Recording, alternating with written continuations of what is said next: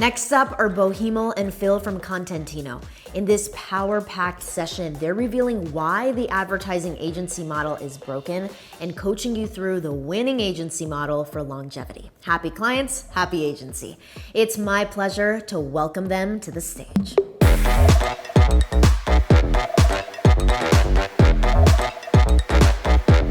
Hello everyone, thanks for joining us for this session. My name is Bo. I'm the CEO of a social media tool called Contentino, and I will be talking about why you lost your clients and what you should do so it won't happen next time. Contentino is a tool helping advertising agencies and their clients to seamlessly collaborate when creating and managing social media content. So we are like Asana and Buffer would have a baby. But we are also trying to be a bridge between the agencies and their clients. And with more than 5,000 agencies and brands on board using our software, we have plenty of data. And I would like to share a couple of them with you, which will help you to better understand why agencies are losing clients. In the second part of this session, I will invite on this virtual stage Weiss, who is an amazing TEDx speaker, who is an author of a book, Hyperthinking, but more importantly for this session, he is a CEO of one of the leading Belgium digital agency. So he will be sharing his specific viewpoints, how he managed to retain clients like Microsoft, Toyota, or Pfizer. So why is it a big deal to lose a client? We can always get a new one, right? But now think about how much time, energy, and resources you used to acquire your last client. Acquiring a new client is much more expensive than retaining one. In fact, US agencies spend $15,000 to $20,000 just to prepare for the pitch. And also, you are in super competitive space. 53% of clients evaluate at least 7 agencies for the review. So you need to be super unique, you need to have your referrals, and you need to really impress your client because they have a wide variety of agencies they can choose from. And despite all of these, 66% of agencies do not have a plan nor follow any methodology on how to win a new client. And we could talk about this topic for the whole 20 minutes about how to win a new client, but we don't have the time for that. So we prepared a white paper for you. You can download it with tips from agency CEOs on how to win new clients, and also a methodology how to create a winning business pitch. So why you lose them? Why agencies are losing clients? Well, it's because they are not able to retain them. And as obvious as it sounds, that's the truth. It is like when a girlfriend breaks up with a boyfriend, the boyfriend just didn't do enough to retain her and he haven't realized until it actually happens. And the same thing is happening with the clients. So you need to be aware of how to retain your clients. And there are 4 main things: feedback, transparency, trust, and education. Feedback. It's super important because feedback helps you to understand how you are better than the others, what you are really good at, and where you can actually improve. And there's many ways how you can generate feedback. If you are interested in overall satisfaction score, you can use, for example, the net promotion score. But if you are interested in more constant feedback loop, and you should be interested in that, you need to involve your client in the process. And we find out that agencies who lose their clients had engagement rate in Contentino 34% lower compared with the ones who retained the clients. What does it mean? This means that agencies who are sending content for approval and feedback, they get much more engaged, their clients, and it increases the probability that the client will stick with the agency for much longer. Transparency. Now you know that your clients needs to be part of the process, but clients also needs to know what the agency is doing, but not just one person in that agency. There needs to be multiple people involved in the process. And we find out that having 2 point of contacts on the client side already increased the retention by 45%. So it's like Velcro, you know? It's very hard to detach when you have that many lovers on the client side. And moving forward, agency as a trend identifier and educator. Agencies needs to educate their clients. The more educated client, the better the feedback, the better the overall communication, because you are in the same level of understanding. And we've seen that brands who were dealing or doing content and campaigns in-house, and then they decided to go for an agency, they go for agency because they want their knowledge, they want their expertise. They know that the agency will be sharing the know-how with them, so they don't hire the agency because they are service providers. They're hiring the agency as a consultant, so they share the know-how. Agency needs to be a trend identifier and an educator. And now trust, the last out of those 4 important pillars. There's this trend of in-house agencies that brands are getting more marketing activities in-house, which means that, and for several reasons, like cost control, much clearer communication structure, shared goals. So there's several reasons why they do it. But we believe and we think that the main problem why this is happening is the trust issue. And what does it mean, trust? Trust means that you are credible, that you know what you are doing, you are a subject matter expert. Also that you are reliable. You need to understand that those clients, those brands, they are relying on you. And also intimacy. There needs to be no worries about sharing data. You are in the same boat, you are having shared goals.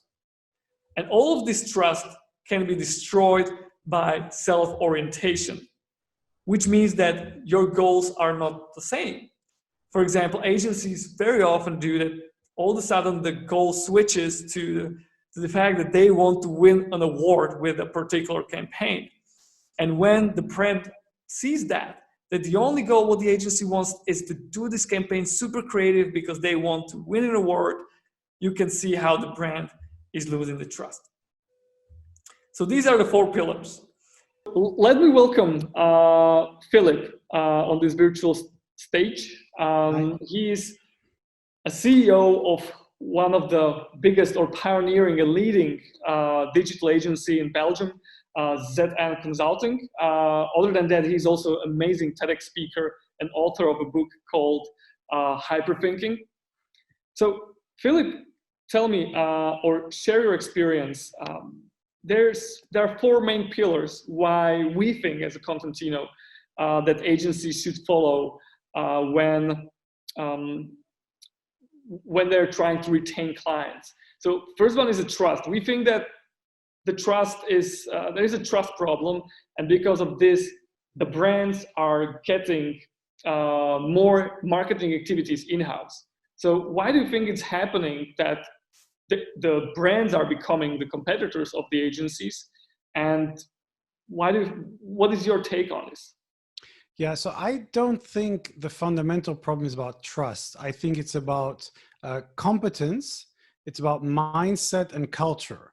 And I think what happens is a company will say they need to either build internal capacity or, as you described it, in-source certain skills if they don't think the agency they work with is capable of doing these kind of things. So I think the first question is, do they think their agency is offering them added value skills?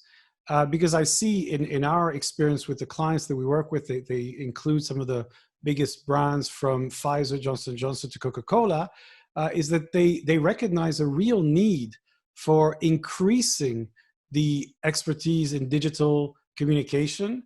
And these are not skills that they're going to hire for. These are skills that they need to basically partner for. And that means actually working with agencies. So I think if the agencies have the right skills, the right culture and the right strategy, then I think there are a lot of opportunities, and it's not a direct competitor. Mm-hmm. So there's several reasons why they decide to move the activities in-house. One of them is like better cost control, much clearer communication structure, agility, efficiency. So how agencies can compete with this one? Well, I think that the thing is that I've seen this happen maybe once or twice when the person running the digital communication was actually a real expert themselves. And so typically what they do is they end up building a mini agency within the company. And that means that that agency very much depends on that one person. And what I've also seen is that at the minute that person changes, leaves the company, that entire structure kind of falls apart because it was being held by that person. The other thing is that imagine that a team of 5, 10 people start building up the internal agency. They end up only working with one client. So they don't have the luxury and the benefits of working across multiple clients on multiple projects, because with each new project, we learn so much from the work. And then we have people who are doing, SEO 24/7 or content or how to write a tweet that will get maximum traction. Now, you're not going to have a person in a company whose job it is to do that 24/7. Whereas in an agency, and especially in an agency network, which is what we are, we're able to work with a kind of flexible network of experts that we know, that we've tested. And so the key thing is, find the right person with the right skill. And if you hire these people, they're going to get bored. Their skills are going to start becoming limited because it's an environment in which you constantly need to learn new things. So I don't think that for a company, it makes sense to have full-time employees who are dedicated to one of the specialist digital areas of communication. So does this have anything to do with education, with educating your clients? Because you just mentioned that, yes, there can be one expert, a big specialist on the client side who decides to yes, I have the expertise, let's build the in-house agency. But shouldn't be the education the part which helps retain clients? Yeah, so I think education is it's a two-way process. You learn from your clients and you educate your clients, because this environment, digital communication is a space in which things change all the time. So you have, one day it's Instagram, the next day it's Clubhouse, the next day it's back to Twitter. So the tools are changing, the way you use the tools are changing. So you need to be learning all the time, and you have to have a culture in your own company of what I call actually hyper learning. It's part of my hyper thinking concept, the book you mentioned at the beginning. I think you need that mindset of constant learning. And I think if you share that mindset with your client and you want to learn and you want to learn with your client, I think then the relationship becomes very positive. So what we do is we do a lot of workshops where we're actually brainstorming with our clients, discussing strategy, coming up with new ideas, where our job, we see the agency's job as pushing the envelope. We come and say, how about pushing that conversation in a new way? How about, how testing new forms of influencer marketing, etc. So we have to bring new ideas that we found from exploring, different campaigns, from trying things out with our clients or trying them out on our own agency. Now, what I find is that if the more open the client is to new ideas, the more the relationship becomes rich and successful. If the client doesn't want to try the tools themselves and they say, oh, I'm going to outsource it all to the agency, that doesn't normally work. So back to your earlier question, I think it's really about a collaboration where the client is learning with you, but you're bringing real added value to your clients. Mm-hmm. So the client needs to be a part of the process, right? Absolutely. And we believe that there needs to be a certain transparency. The client needs to know what the agency is doing for them. And we've seen this several times that the agencies are not really transparent with reporting, for example, that they're bending the metrics and data just so they have a nice reports for the client. So what do you think, how vital part is transparency for you, and how do you make this whole collaboration transparent? Yeah, so I think what I would talk about is mutual understanding and actually simplicity, even more than transparency.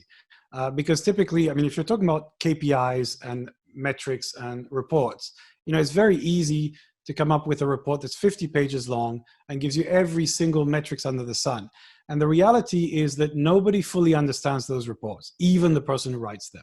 They come up with a report and say, okay, so does that mean that, that video really worked, or was it the ads, or was it the, what happened? It's hard to understand. It's a lot of data. So what I tell my clients is you actually have to get data that you understand. And that means that if I'm going to do a report, I need to know that my client can understand the data in the report. So don't tell me that you've got X amount, X millions impressions and click-throughs and all that. Tell me what this means. So what we say is, look, if you're going to take a Twitter campaign, I want to know what was the tweet that got the most engagement. And by engagement, I mean retweet per tweet and engagement with likes and comments and shares. So, and I'm going to spend time with my clients saying, this is what a like is, this is what a share is, this is why an impression can be, it's a big number, but often it doesn't mean anything. And a lot of agencies say, oh, you got 5 million impressions, and you go like, so what? And at the same time, sometimes you might get great sales because the product was great and the price was cheap, but not because of the advertising. So the important thing, and I think that's where this is the form of transparency I would go for, which is make sure that you communicate in ways your client understands, and that your level of understanding is kind of brought to the same level. So that when you're defining the goals of the campaign, I want to increase visibility, I want to increase engagement, I want to improve the quality of my engagement with an audience of young women in London and in 3 specific things who like organic food. Now that's a clear set of metrics, and I'm going to see if that's happening, but not I'm going to grow the impressions and the follower base, etc., because these tend to be too vague. So I think the key thing, and it comes back to your point about education, is you need to understand each other, and then you need to share the data, and you need to basically share the failures.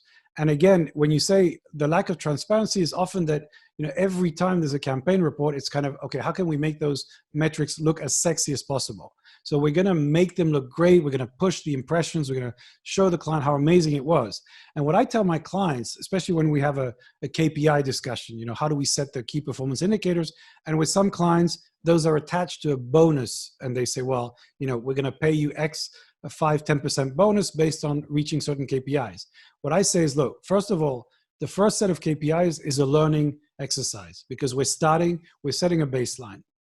And then what we really want to do is to be as smart as possible to reach those KPIs, and not to use black magic and say, oh, look at that, we grew by 10% impressions, that's the target, so here we go. It's no, that was a click farm. It didn't work. It's actually, so the key thing is, are we achieving meaningful goals that we've set together, that we've agreed? And when we haven't reached them, do we understand why?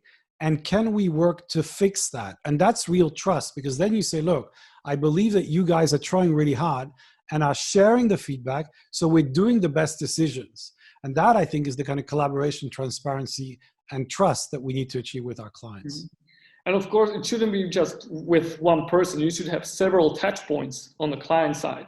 So how do you achieve this communication with several people on the client side? Like, do you have some methodology how to do it, or do you have some clients where you just can't have more touch points than just one brand manager?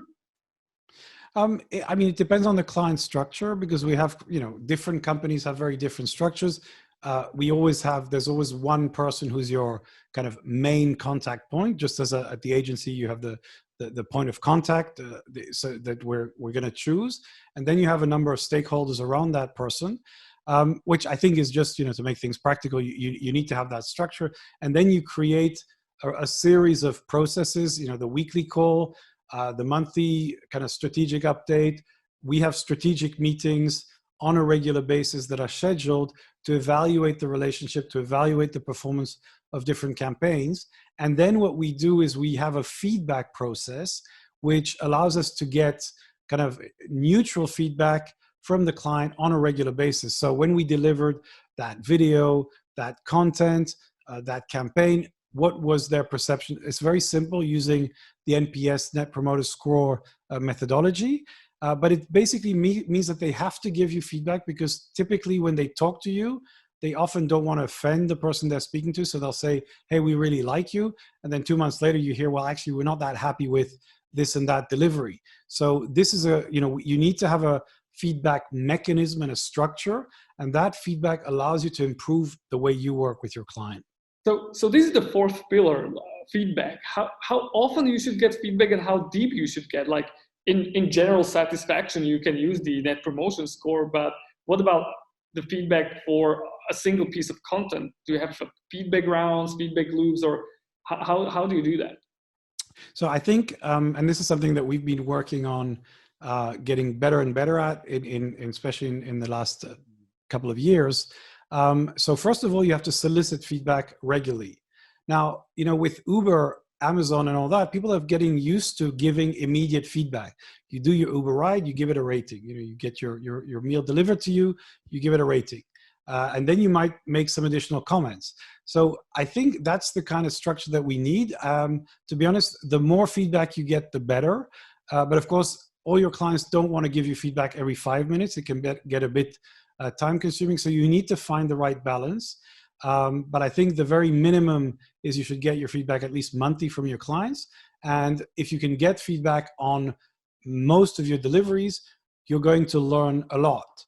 And I think that's the key thing, is that you get feedback, that it's regular, and that it's in addition to the phone call you're going to make with your clients to say, hey, how are things going? Now, we used to do this before, and that was great.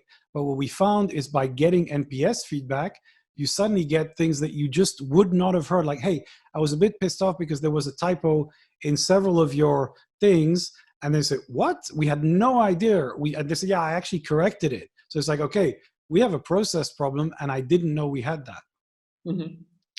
So just to wrap it up, what would be your number one advice to agencies to retain their clients, not to lose another client? What would be the number one piece of advice? I think that, well, I would probably say there are two elements to that. It's listen and adapt. I think these are the two key things. So you need to listen to your client so that you understand what they need, what they're trying to achieve, and you need to adapt your offer to that need so that you're constantly refining your offer and adjusting the way your agency works to match the needs of your client. And I think if you're able to do that, then you have a pretty solid basis for growth.